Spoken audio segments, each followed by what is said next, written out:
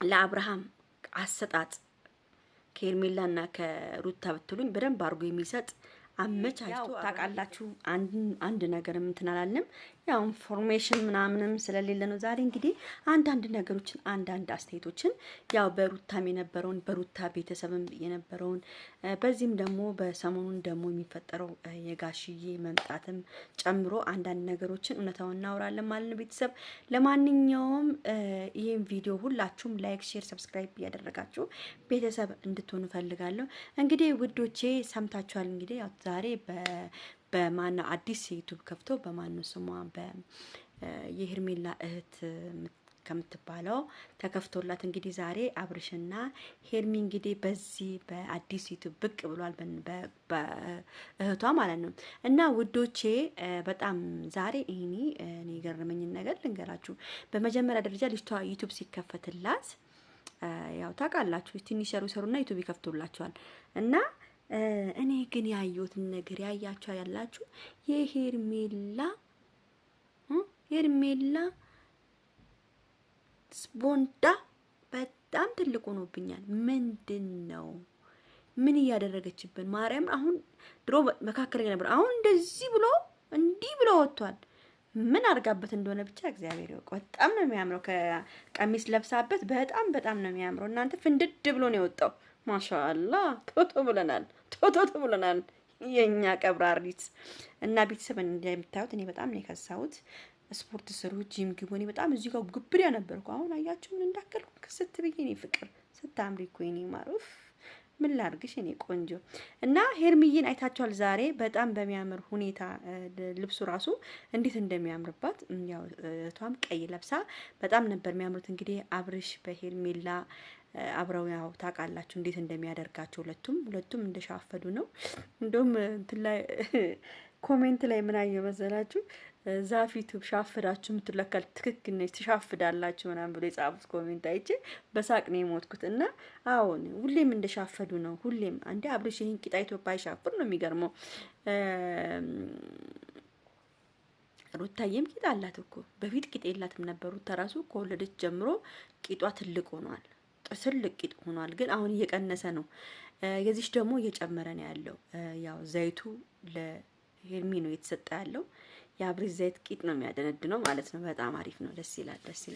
አብርሽ እንደዚህ ቂጥ የሚያደነድር ከሆነማ አሪፍ ነው። እውነት ሄርሚዬ በደንብ አድርገሽ ያጂው አብርሽን እሺ። እና ቤተሰብ እውነት እኔ በጣም ተተለቀብኝ የሄርሜላ ቂጥ። ለዛ ነው ዛሬ ነው ያየው። ተክ እንዲህ ያለብኝ እኮ እናንተ ስትሄድ እንደዚህ ወደዛ ያለፈችም ካያቸው ማለት ነው። እና ደስ ይላል። ወይ እናቴ እኔ በሳቅ እኮ ነው። እኔ እኮ ሳያቸው እኮ በሳቅ ነው የሚሞተው። እና ያው ሩታ እኔ ግን ከማን ያምራል? እስቲ ማን ያምራል? ሩታ ታምራለች ወይስ ሄርሜላ? እስቲ ለሀቅ ተናገሩ። የሄርሜላን ቅርጽ ነው የምትወዱት ወይስ የሩታን ቅርጽ? የሩታን መልክ ነው የምትወዱት ወይስ የሄርሜላን መልክ? ይሄ በደጋፊነት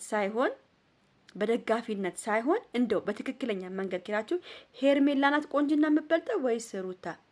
የሩታ ቅርጽ ነው የሚያምረው ወይስ የሄርሜላ ቅርጽ? እዚህ ጋር በደንብ አድርጋችሁ ጻፉልኝ። ጸባይ እንኳን አላውቅም። ጸባይ ሰናይ ሄርሜላ ነች። ሩታ ኃይለኝነት አለባት። ሄርሜላ ቀዝቀዝ ያለች ሴት ነች። በእኔ አይን ስታስቡ ማለት ነው። ቀዝቀዝ ያለች ሴት ነች ሄርሜላ። ተጫዋች በቃ ቀውጢ ነገር ነች። ሩታ ደግሞ ተቆጪ ኃይለኛ ሴት ነች። በኔ ማለት ነው። ምግብ ደግሞ በጣም የሚበላ ሳስበው በጣም የሚበላ ምግብ እንዲሁ እንትን ስል ሄርሚ ትንሽ ምትበላ ትመስለኛለች ከሩታ ይልቅ። ሄርሚ በደንብ ምትበላ ይመስለኛል።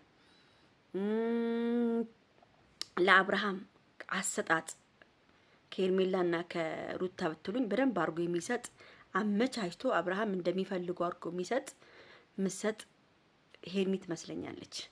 ሄርሚ አደገኛ አልጋ ላይ ሄርሚ አደገኛ ትመስለኛለች። ሩታ መካከለኛ የሆነ እንትን ብላ ስሜት ላይ በደንብ ትናገን የሆነ ሳለ ምትን ትመስለኛለች። ምትን ትመስለኛለች።